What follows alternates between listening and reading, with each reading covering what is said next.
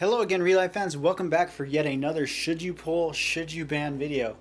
I want you to join with me in wishing Tanaka Yuyuko a very, very happy birthday. I know it's a day late, but I'm sure she still appreciates the birthday wishes almost as much as she appreciates being cast as Little Red Riding Hood for her birthday, making her the newest stage girl to the fray.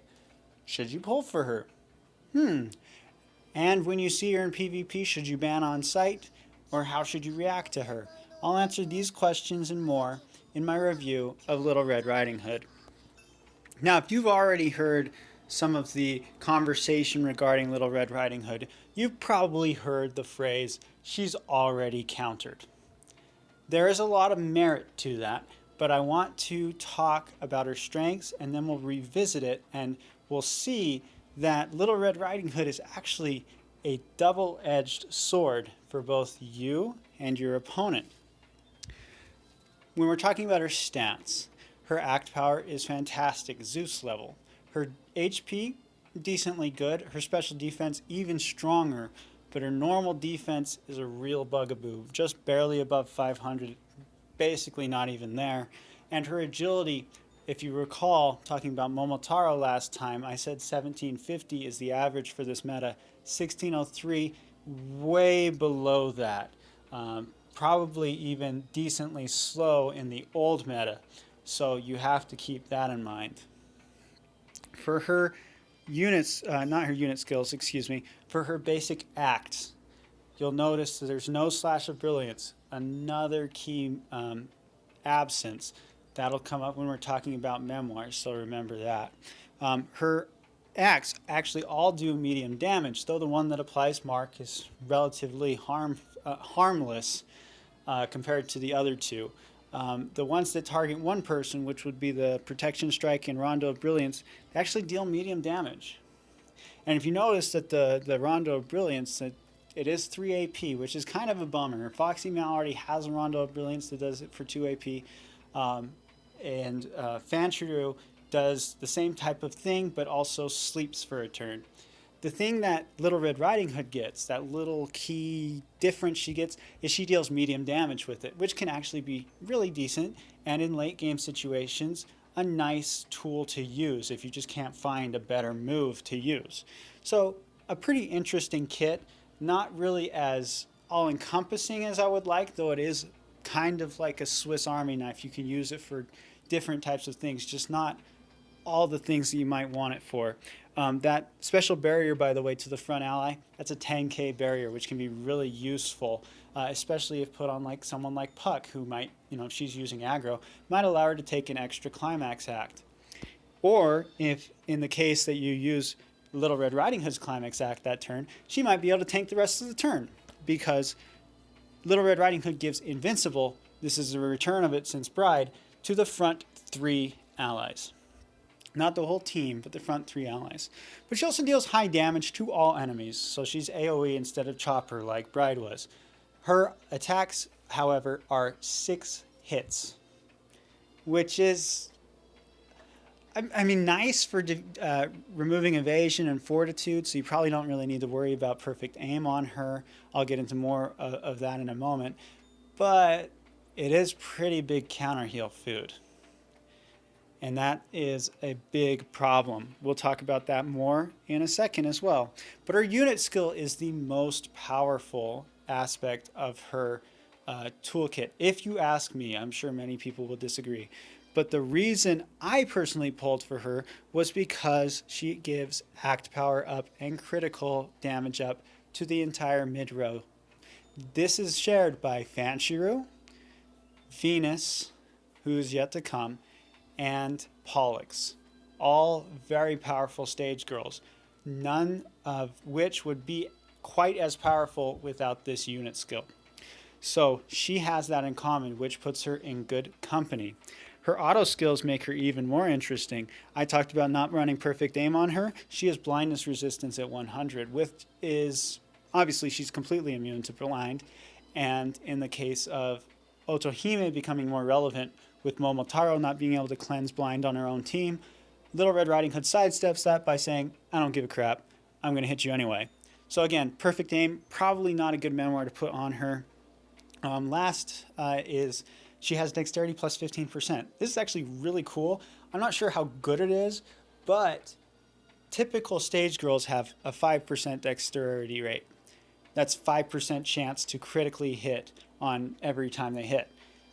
Her rate is 4 times that. She has a critical hit 1 every 5 hits she makes. And in the case of her climax act, you could probably expect to have, if she's hitting 30 times, you would expect her to critically hit 6 times. Pretty decent, though the damage she would be dealing on each of those is not too high.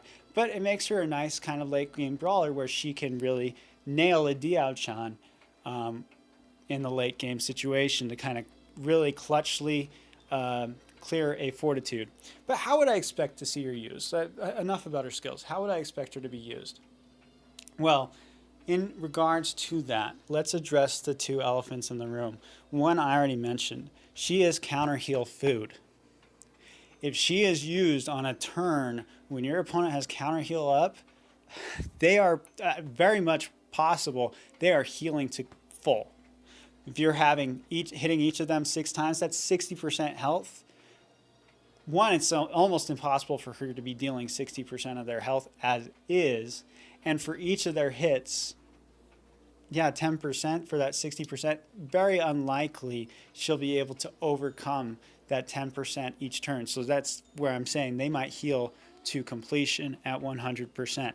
So when you're using her, you either have to not worry about the counter heal. An example of this is you didn't really deal any damage on turn 1. So at the beginning of turn 2, you say, I know they're going to counter heal this turn. I just want the invincibility. And you use it anyway. That's fine. I think that's an acceptable way to use it. The ideal way to use it is that they have counter heal up and you cleanse it and then use her, or you just dodge it. But I think it's a real double-edged sword if you're just trying to dodge and use Momotaro or Zeus on another turn, and you leave yourself open to just not being able to use your climax act at all. Because if they have a counter heal available, I wouldn't even touch this. Okay, if there's been damage already, you don't want to undo everything you've already done. The other thing that you need to be aware of is she's already countered, as you've heard, okay? Momotaro is a very hard counter to Little Red Riding Hood, but I would not say a perfect counter. Remember how Momotaro is 1750 speed? Well, if they're queued up at the same time, Momotaro will obviously go first, right? That should be a bad thing, you'd think. Little Red Riding Hood has such low normal defense. She's going to get torn apart. She has type disadvantage. Yeah, she is going to get torn apart. And if they're running a high mid offense, yeah, it's very possible she will just go away, just exit the stage right then. But if they don't have a ton of mid offense, or if you're running mid bulk of your own, she'll probably be able to tank it. And then what happens is Momotaro, their cleanse has already been used, and you make your front 3 girls invincible. That's actually amazing when you're thinking about the high-end teams. That front 3 is going to be some combination of Puck, Momotaro, and one of those mid bulks. That's Snow White, Nyahiru, or who am I forgetting? Diao-chan. How did I forget Diao-chan? So those 3 are going to survive through the final act or whatever other climax acts are coming that turn, making them formidable, a big problem for your opponent moving forward, even though Little Red Riding Hood may bite the dust soon after. So, again, when we're talking about Little Red Riding Hood, she's a double-edged sword. If you play her incorrectly, you run her into counter heal, yeah, she's completely ineffective. If Momotaro is strong enough, she can be completely laid to waste. But her slow agility and her high act power make her, when used well, a very formidable stage girl to deal with. So how would you set her up for success? Well, I would probably give her the Aquarium Memoir. The reason for that is, if you don't have the element of surprise with Little Red Riding Hood, you're going to have a hard time. Okay, if you can't threaten that you're going to make your front 3 invincible on turn 2 and only on turn 3, she's probably not going to be as effective for you. You're invincible, even if she survives to turn 4, invincible to the front 3 isn't that useful anymore. So she needs to be ready to climax right away. You could also consider putting Fortitude on her, like Cura Fort or Cura Evade. The reason for that is those her buffs can't be dispelled, because if she has I don't know, agility, or if she has damage up, or I don't know why you'd run it, but health regen, just another example, Momotaro or Zeus are probably going to cleanse that, because your ideal is to have your invincible either typically go after their cleanse, or you wouldn't be building it up to going before them, because that doesn't really make any sense. So you obviously don't want to run agility on her. Finally, getting to the questions that I asked at the beginning. Should you pull? If you do not have mid-row meta girls, so anyone that has mid-row US, this should not be your first mid-row US girl. Skip. If you have one, we're coming toward the end. I would save your gems for back row meta. If you have quite a few, if you have tons of mid-row girls, I would probably skip her, because she's not as good as the other ones. She's very niche, and would be best used as maybe a substitute for if you don't have Pollux, if you don't have Fanchuru. She's someone that can actually break into your into the 5 you're using. Otherwise, there's really no reason to pull. If she's not, if when she's available you're not even going to use her, I would not pull. If you just think she's cute, yeah, go to step 3. But if you have a need for a mid-row meta girl, say you have 3 mid-row girls, you want to be running 2 mid-row US boosting girls each time, I would consider pulling for her. But again, I would only go to step 3, because she's not so overwhelmingly powerful that she's a need to have. Again, just like with Dorothy, it's so rare, even though they're back to back, it's so rare to have a premium unit come out where they're not a need to have girl, that we need to take this opportunity to save our gems. So overall, I would say no, but she does have a place in some teams, and that's why I personally pulled for her. Should you ban? I would say she is a tier 5 ban. She has niche usage, and depending on the team makeup, you may want to consider banning her, but she is not a super high priority ban. Tier 5 puts her in the same category as Otohime and Lalupan. Again, niche usage, they will appear in very, very strong teams, but I don't see them being used or making the 5 that they put out there in top star, top 10, top 25 teams. Let's keep that to top 10. I actually think she can make it into the top 25. I want to walk that statement back. But how should you play against her? Well, again, remember your counter heals.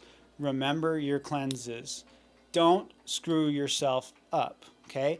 Don't be so in your head that you need to cleanse the invincible that you use a very non-optimal order. That plays right into their hands, okay?